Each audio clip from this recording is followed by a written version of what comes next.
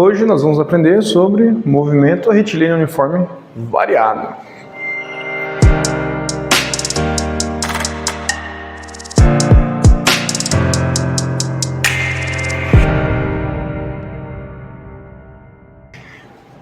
Boa noite, galera, tudo bem com vocês? Bom, hoje nessa aula eu vou ensinar para vocês como que a gente faz para poder calcular a aceleração de um corpo, a velocidade ou a distância através de um corpo que está sendo acelerado de uma velocidade inicial para uma velocidade final e tendo sobre ela uma aceleração. Bom, eu não vou fazer deduções porque vocês estão estudando para o Enem, então a única coisa que a gente precisa saber é do básico. Primeiro a gente tem que lembrar que velocidade é igual a distância sobre o tempo. Só que nós podemos calcular também da seguinte maneira, com a fórmula da função horária da posição, que é espaço final, que é igual a espaço inicial, mais velocidade vezes o tempo.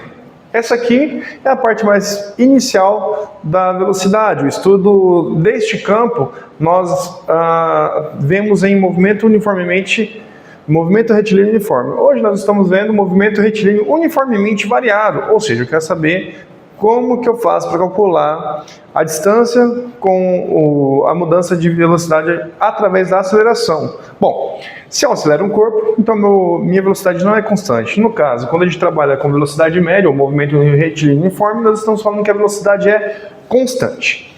Nesse caso é o passo mais inicial. Depois a gente tem que lembrar que se eu quiser saber qual que é a aceleração de um corpo, é só fazer a aceleração é igual à velocidade sobre o tempo. Essa fórmula também tem uma dedução para a gente descobrir qual que é a velocidade em função do tempo, ou seja, a função horária da velocidade, que podemos escrevê-la da seguinte maneira. Velocidade final, que é igual à velocidade inicial, mais a aceleração vezes o tempo. Bom, esse aqui é o mais básico. Tudo isso aqui é o mais simplesinho que vocês vão ver quando relacionamos o estudo de física no campo da cinemática, né? Bom, essa parte mais inicial. O que nós podemos falar agora sobre o movimento uniformemente variado? Se ele é uniformemente variado, ele varia conforme vai passando o tempo. Logo, a fórmula que nós utilizamos, ela é bem simples. Velocidade final, espaço final é igual ao espaço inicial mais a velocidade inicial vezes o tempo mais 1/2 da aceleração vezes o tempo ao quadrado. Quando a gente vê assim, parece até um bicho de 7 cabeças, mas não é necessariamente tão difícil de calcular assim como vocês estão pensando. A gente precisa imaginar de algo que tem uma aceleração constante e que ele está sendo acelerado da velocidade inicial até uma velocidade final. E aí a gente pergunta qual que foi a distância. Geralmente nós utilizamos essa fórmula para calcular a altura de um objeto que ele chegou no máximo com a velocidade inicial, né? Mais para frente, na próxima aula, nós vamos estudar sobre movimentos em duas direções. Aqui nesse caso, nós estamos estudando só em uma direção, né? No caso, espaço final que é igual ao espaço inicial mais velocidade vezes o tempo. Por exemplo, se eu perguntasse para vocês assim, qual que vai ser a distância final de uma partícula que estava com uma aceleração de 25 metros por segundo ao quadrado, qual que vai ser a distância que ela percorreu após 2 segundos, sabendo que ela saiu da origem? Quando a gente sai da origem, a velocidade inicial é 0, né? Então, aqui seria 0.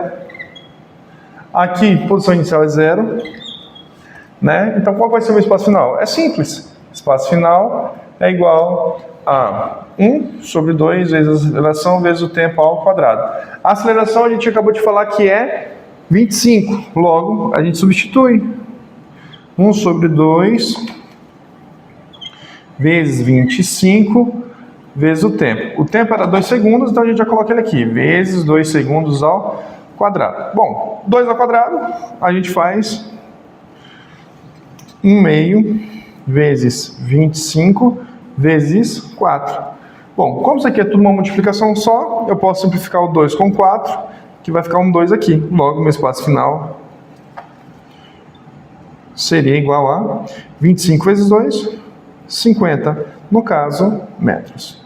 Então essa é a distância que a nossa partícula chegaria após 2 segundos, tá?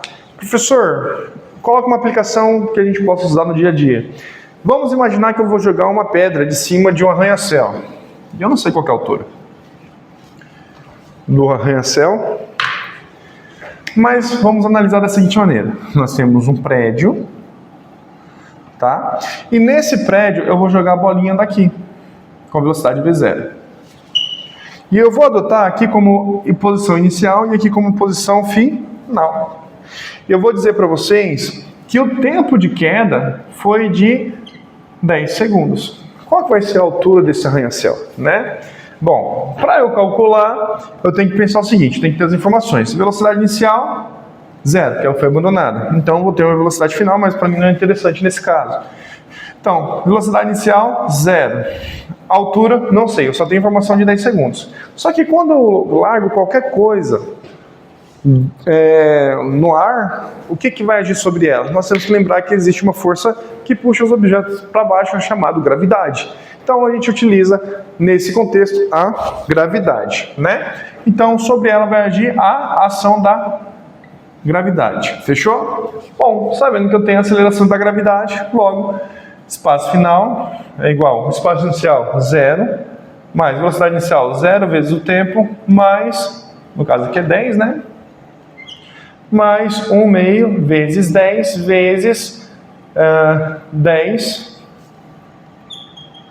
elevado ao quadrado. Professor, mas a aceleração da gravidade não é 9,8? Mas eu quero usar 10, porque eu sou rebelde.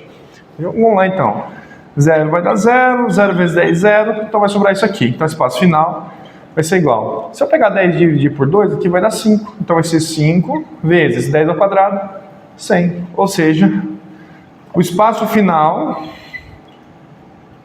vai ser igual a 5 vezes 100, 500 metros. Ou seja, nós teríamos um prédio aí bem alto, né? Podemos mencionar aí o Burj Khalifa, que é um prédio altíssimo também, né? Que é bem mais alto do que isso. Então seria um prédio de 500 metros.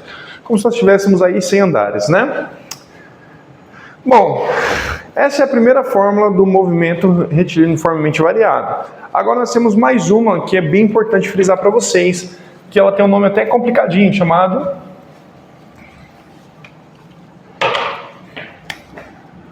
Torricelli.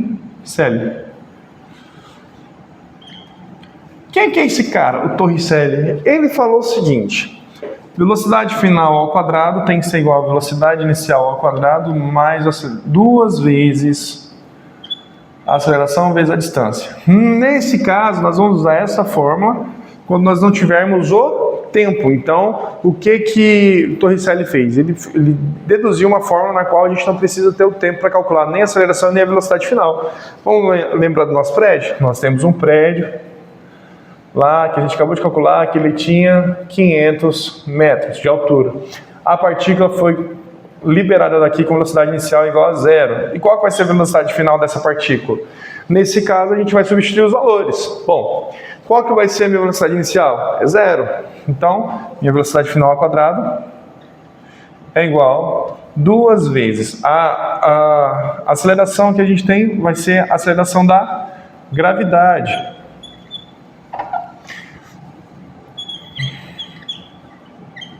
Agindo para baixo, né? Então, nós temos a aceleração da gravidade agindo, logo nós vamos colocar o 10 aqui. Tome cuidado, se eu jogar a bolinha para cima ou qualquer partícula para cima, nesse caso a gravidade ela vai ficar com sinal de negativo. Então, quando a gente coloca ela para baixo, o sinal fica positivo.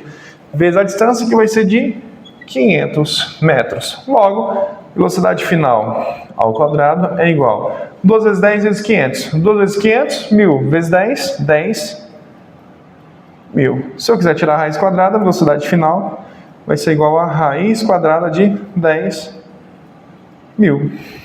Vamos facilitar essa raiz quadrada nossa? Vamos lembrar o seguinte: para eu ter 10, para eu ter 100, eu tenho que pegar o 10 e levar ao quadrado. E quando a gente lembra de notação científica, a gente aprendeu o seguinte: se eu tenho um número com vários zeros, eu posso representar ele de que maneira? Faço um 10 e elevo a um número de zeros que eu tenho nessas casas. 1, 2, 3, 4. Então eu coloco aqui, ó, 4. Eu posso representar dessa maneira. Ou seja, minha velocidade final vai ser igual a raiz de 10 elevado à quarta potência. O que eu faço?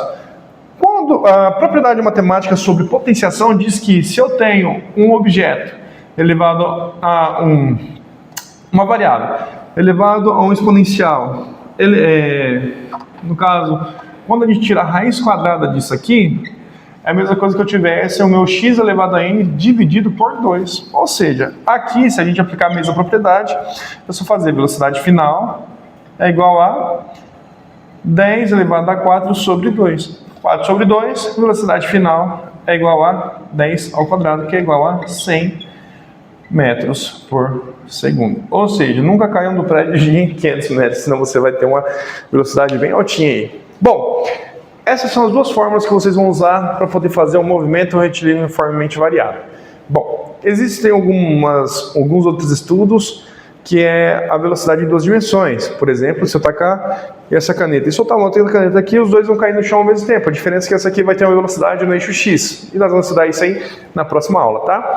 Bom, eu vou deixar umas atividades, vou deixar um PDF aí para vocês.